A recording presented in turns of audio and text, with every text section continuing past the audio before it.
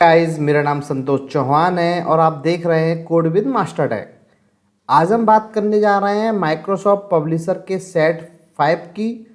इसमें भी हम बात करेंगे 30 मोस्ट इम्पोर्टेंट क्वेश्चंस के बारे में। ठीक है ना। तो ये जो वीडियो होने जा रही है ये दोनों लैंग्वेज में होगी, हिंदी में भी और आपके इंग्लिश में भी। चलिए तो हम स्टार्ट करते हैं। Question number 1, you can insert a picture from your computer. आपको अपने कंप्यूटर में या पब्लिशर में पिक्चर इंसर्ट करनी है तो आप किस प्रकार से इंसर्ट करेंगे। Option number A, file picture. Option number B, file photo. Option number C, insert picture. या option number D, file picture.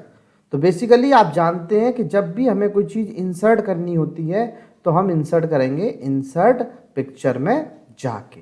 ठीक है ना। चलिए बढ़ते हैं क्वेश्चन नंबर 2 की ओर। Add a text box in MS Publisher, यानी कि पब्लिशर की जो एरिया होता है जिस पे हम काम करते हैं उस पे हमें टेक्स्ट बॉक्स लेना है।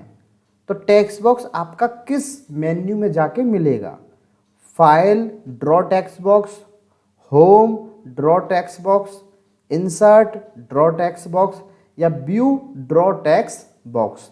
तो देखिए आपको जो मेन्यू जो टेक्स्ट बॉक्स मिलेगा वो मिलेगा होम के अंदर, होम ड्रॉ टेक्स्ट बॉक्स। ठीक है। Question number 3, redo control why the last action other shortcut की। देखिए ये तो आप सब जानते हैं कि जो रिडू की शॉर्टकट की वो होती है कंट्रोल वाई। लेकिन कंट्रोल वाई के अलावा और कौन सी शॉर्टकट की होती है रिडू की, तो वो होती है आपकी F4, यानी कि C is the correct answer. तो रिडू की 2 शॉर्टकट की होती हैं, एक कंट्रोल वाई और एक F4। Question number 4, undo control Z the last action other shortcut की। यानी कि अभी हमने रिडू की शॉर्टकट की देखी थी एक अलग, अब हम अंडू की एक अलग शॉर्टकट की देखेंगे। तो ऑप्शन नंबर ए, alt back space, control back space, shift back space या टैब बैक स्पेस। तो बेसिकली अंडू की जो शॉर्टकट की होती है वो होती है ऑल्ट बैक स्पेस, यानी कि 4th का A is the correct answer. ठीक है। बढ़ते हैं नेक्स्ट क्वेश्चन की ओर। Question number 5, which is not in MS Publisher. इनमें से कौन सा पब्लिशर के अंदर ऑप्शंस नहीं होता। इटैलिक होता है, फॉन्ट होता है, बोल्ड होता है, मैजिक टूल ये पब्लिशर के अंदर नहीं होता, ये होता है फोटोशॉप के अंदर। तो 5th का B is the correct answer. Question number 6, which of the following in an example of page orientation. इनमें से पेज ओरिएंटेशन का कौन सा एग्जाम्पल है। तो हम जानते हैं ओरिएंटेशन 2 प्रकार का होता है, एक पोर्ट्रेट एक लैंडस्केप। तो जब पहले ही ऑप्शंस में ही लैंडस्केप मिल गया तो आपको आगे जाने की जरूरत नहीं है। ठीक है ना। Question number 7, which of the following software is used for making a resume. देखिए रिज्यूम बनाने के लिए आपको किस सॉफ्टवेयर की जरूरत पड़ेगी। MS एक्सेल नहीं, MS एक्सेल में आप रिज्यूम नहीं बना सकते। MS पब्लिशर नहीं, इसमें बैनर पोस्टर बनते हैं नहीं। MS पावर पॉइंट नहीं, इसमें बनती है PPT। MS वर्ड जी यस, MS वर्ड में आप कोई डॉक्यूमेंट तैयार कर सकते हो या आप कोई भी रिज्यूम बना सकते हो। Question number 8, press dash to open the help window in the MS publisher. MS publisher के अंदर जो हेल्प विंडो होती है उसकी शॉर्टकट की क्या होती है, F1, F2, F9 या F11। तो देखिए हेल्प की शॉर्टकट की सब में सेम रहती है, चाहे MS वर्ड हो, चाहे एक्सेल हो, चाहे पावर पॉइंट हो, चाहे पब्लिशर हो, वो होती है F1। ठीक है ना। और F2 किसकी होती है ये आप मुझे कमेंट सेशन में बता सकते हैं कि F2 किसकी शॉर्टकट की होती है, अभी मुझे कमेंट कीजिए। ठीक है ना। हम बढ़ते हैं क्वेश्चन नंबर 9 की ओर। Which enables us to send the same letter to different people. जब हम एक ही सेम प्रकार का लेटर डिफरेंट लोगों को भेजते हैं तो उसको हम क्या बोलते हैं? तो ये एक MS वर्ड की सुविधा होती है जिसको हम बोलते हैं मेल मर्ज, ठीक है ना, जो कि मेलिंग टैब में आपको मिलता है। तो मैक्रो नहीं बोलते, टेम्पलेट तो बनी बनाई होती हैं, और आपका मेल मर्ज वो फैसिलिटी होती है जिसमें हम सेम लेटर, जैसे हमारा बर्थडे है, कोई हमारा कुछ भेजना है दोस्त को, तो डिफरेंट डिफरेंट लोगों को भेजते हैं, तो वो फैसिलिटी होती है आपकी mail merge. Question number 10, which bar show the current position as far as the text goes. जैसे जैसे आपका टैक्स बढ़ता जाता है किसी भी डॉक्यूमेंट में, किसी भी पेज पर, तो आपका वो जो करंट पोजीशन है वो कहाँ शो होती है किसी भी टैक्स की? तो देखिए वो शो होती है जो आपके डॉक्यूमेंट में सबसे लास्ट बार होती है, और आप जानते हैं सबसे नीचे वाली बार को हम बोलते हैं स्टेटस बार, जो हमारा स्टेटस बताती है। तो टाइटल बार सबसे टॉप पे होती है, मेन्यू बार उसके नीचे होती है, स्क्रॉल बार साइड में होती है, और स्टेटस बार होती है सबसे बॉटम में, जो हमारे पेज की करंट पोजीशन, हमने कितने पेज लिए, कितनी लाइन ली, ये सब हमारा स्टेटस बार में शो होता है, ठीक है ना। Question number 11, select all the text in MS publisher document bye. यानी कि MS पब्लिशर में सेलेक्ट ऑल, हमें सारे डॉक्यूमेंट सेलेक्ट करने हैं जितना भी टेक्स्ट लिखा हुआ है। तो Ctrl+S नहीं होती, Ctrl+1 नहीं होती, Ctrl+V पेस्ट की होती है, तो Ctrl+A जो होती है वो सेलेक्ट ऑल की शॉर्टकट की होती है। Question number 12, Ctrl+N is used to. Ctrl+N को क्यों यूज करते हैं? डॉक्यूमेंट को सेव करने के लिए, कोई फाइल को ओपन करने के लिए, या नया डॉक्यूमेंट क्रिएट करने के लिए, या डॉक्यूमेंट को क्लोज करने के लिए। तो देखिए इसके वर्ड से समझ में आ रहा है Ctrl+N हम सेलेक्ट करते हैं नए डॉक्यूमेंट को क्रिएट करने के लिए। तो 12th का जो राइट आंसर है वो है C. Question number 13, Microsoft Publisher is dash software. Microsoft Publisher जो है वो किस प्रकार का सॉफ्टवेयर है? एप्लीकेशन सॉफ्टवेयर है, कंपाइलर सॉफ्टवेयर है, सिस्टम सॉफ्टवेयर है, या प्रोग्रामिंग सॉफ्टवेयर है? तो देखिए जितने भी जिन पर यूज़र वर्क करता है वो सब आपके एप्लीकेशन सॉफ्टवेयर होते हैं जिन पे हम सब काम करते हैं। तो MS Word, Excel, PowerPoint, Publisher, ये सब एप्लीकेशन सॉफ्टवेयर हैं।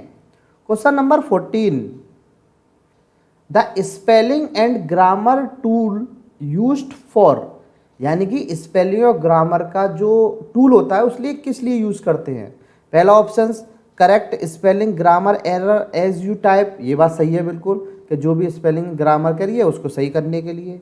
इंडिकेट ग्रामेटिकल एरर, ये भी बात सही है।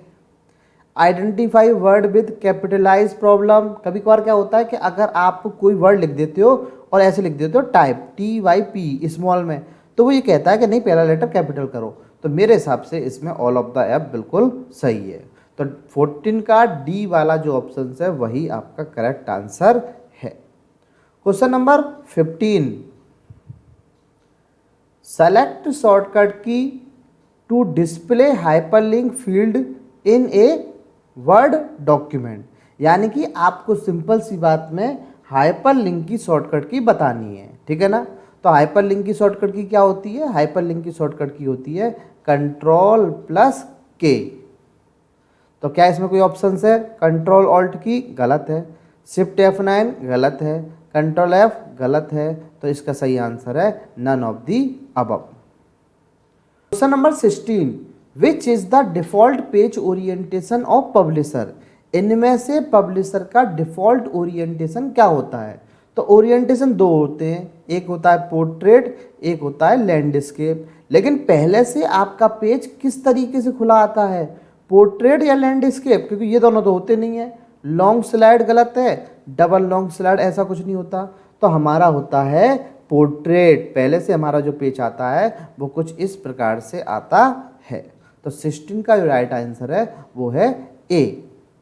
Question number 17, for the centre alignment to a paragraph we can press.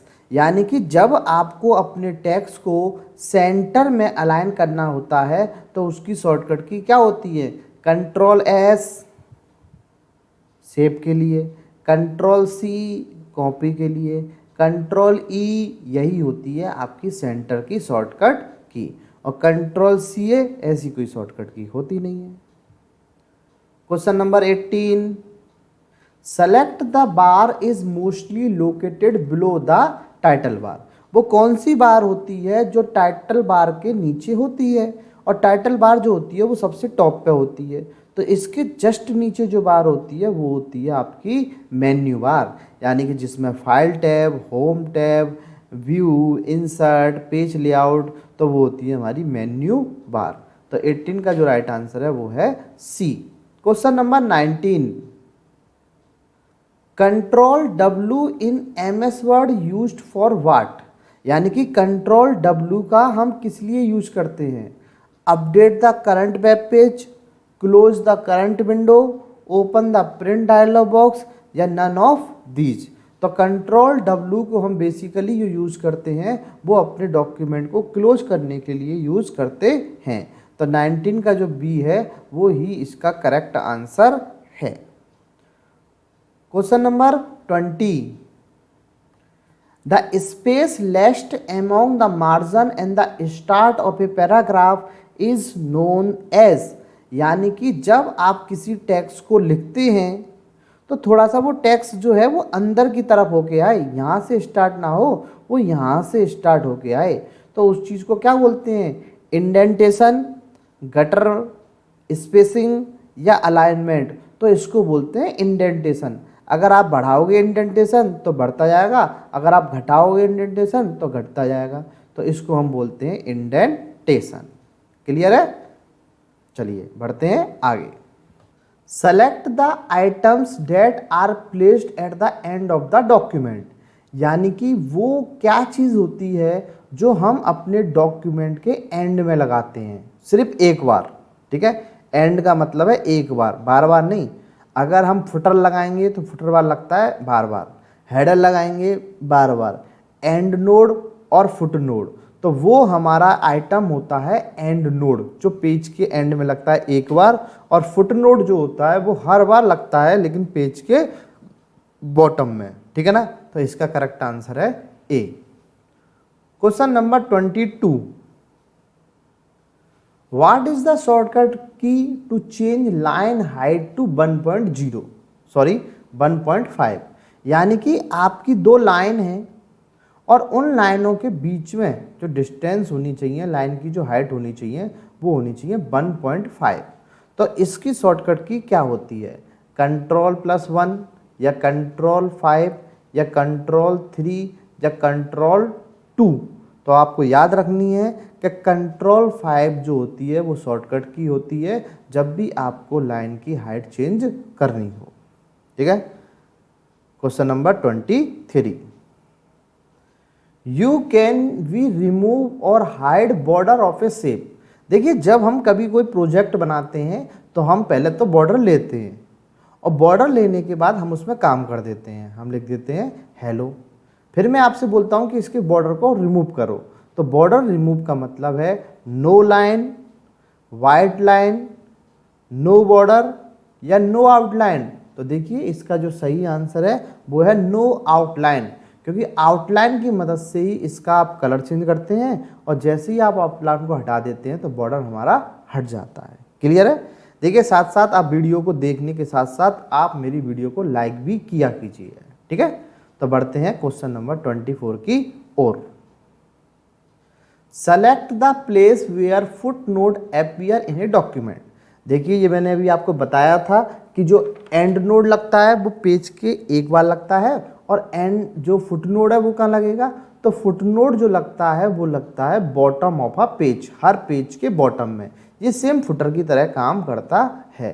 तो एंड ऑफ द डॉक्यूमेंट नहीं, ये लगता है एंड ऑफ द हेडिंग, कुछ नहीं होता। बॉटम ऑफ अ पेज, ये बिल्कुल सही है, नन इसका आंसर नहीं हो सकता। क्लियर है? तो question number 25, for align centre which shortcut की विल यूज। यानी कि सेंटर करने के लिए हम कौन सी शॉर्टकट की यूज करेंगे? तो देखिए, ये मैंने पिछली वीडियो पहले भी बताया है मैंने स्लाइड में, Ctrl+A, Ctrl+V, Ctrl+E या Ctrl+D। तो हम यूज़ करेंगे कंट्रोल ई, ये होती है सेंटर की शॉर्टकट की। क्वेश्चन नंबर 26, विच की is not use for changing the case of the text in MS word. यानी कि जब आप टेक्स्ट का केस चेंज करते हैं, upper case, lower case, sentence case, toggle case, capitalize each word, तो इनमें से कौन सा सही नहीं है। तो टॉगल केस होता है जो कैपिटल को स्मॉल में, स्मॉल को कैपिटल में करता है। सेंटेंस केस होता है जो पहले लेटर को कैपिटल कर देता है, बाकी सब स्मॉल कर देता है। लोअर केस होता है जो आपके पूरे के पूरे टेक्स्ट को अपर को लोअर में कन्वर्ट कर देगा। ये इंडेंट केस नाम का कुछ भी नहीं होता। तो 26 का जो राइट आंसर है वो है B. Question number 27, select the default alignment in publisher. यानी कि जब आप पब्लिशर के अंदर कोई भी टेक्स्ट लिखते हो तो आपका डिफॉल्ट अलाइनमेंट क्या होता है। आपका टेक्स्ट शुरुआत कहाँ से होती है, लेफ्ट से, राइट से, सेंटर से या जस्टिफाई। तो देखिए आपका डिफॉल्ट अलाइनमेंट जो होता है वो होता है लेफ्ट। आपके टेक्स्ट की शुरुआत होती है कहाँ से, लेफ्ट से, ठीक है ना। तो 27 का जो राइट आंसर है वो है A. Question number 28, the term selecting text means selecting what. जब आप किसी भी टेक्स्ट को सेलेक्ट करते हो तो उसका मतलब क्या होता है। एन एंटायर सेंटेंस, एक सेंटेंस सेलेक्ट किया, होल डॉक्यूमेंट, ये भी सही है, एक वर्ड, ये भी सही है, ऑल ऑफ द अबव, ये बिल्कुल सही है। तो 28 का जो राइट आंसर है वो है D, all of the above. ठीक है, बढ़ते हैं नेक्स्ट क्वेश्चन की ओर। 29, question number 29, for text cancel text in MS publisher. यानी कि आपने कोई टेक्स्ट सेलेक्ट कर लिया है लेकिन आप इसको अब हटाना नहीं चाहते, इसको आप क्या करना चाहते हो, कैंसिल करना चाहते हो। तो आप एस्केप प्रेस करेंगे या एंड प्रेस करेंगे या डिलीट प्रेस करेंगे या नन ऑफ दिस। तो आपको प्रेस करना है एस्केप। जैसे ही आप एस्केप करेंगे ये टेक्स्ट आपका हट जाएगा, ठीक है ना। तो इसका जो राइट आंसर है वो है A. Question number 30, we can insert a page number on which place.